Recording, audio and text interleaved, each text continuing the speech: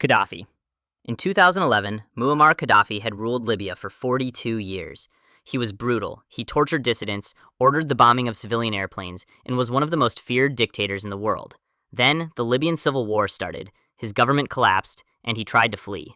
He was found hiding in a drainage pipe in his hometown of Sirte, pulled out by rebels who showed him no mercy. He was beaten, sodomized with a bayonet, and shot multiple times while still alive. A man who had tortured thousands met his end terrified and helpless in a drainage ditch. Mussolini. Benito Mussolini ruled Italy for 21 years, allied with Hitler, started wars, and executed his political opponents.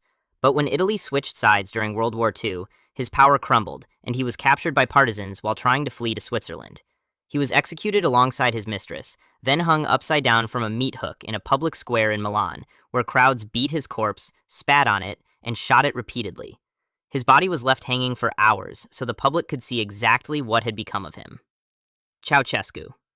Nicolae Ceausescu ruled Romania for 24 years through paranoia and fear, with secret police everywhere, executing anyone who opposed him, while he lived in luxury as his people starved. When the Romanian Revolution started in December 1989, he tried to address a crowd and they booed him, the first time in 24 years anyone had publicly rejected him. He panicked and fled. On Christmas Day, he and his wife Elena were captured, given a military trial that lasted less than an hour, marched to a warehouse, lined up against a wall, and shot by firing squad. The regime that had ruled through absolute fear ended in the most humiliating way imaginable. Saddam Hussein. Saddam Hussein ruled Iraq for 24 years, gassing Kurdish villages, torturing political prisoners, invading neighboring countries, and causing hundreds of thousands of deaths. He was captured in 2003, hiding underground in a spider hole, tried, and sentenced to death. On December 30th, 2006, he was executed by hanging, but what made it worse for him was who carried it out. His execution was performed by Shiite militiamen, the very people he had spent decades brutalizing. They taunted him as the noose was placed around his neck, called him names, spat at him. He died knowing that the people he had oppressed most were the ones ending his life. Hitler.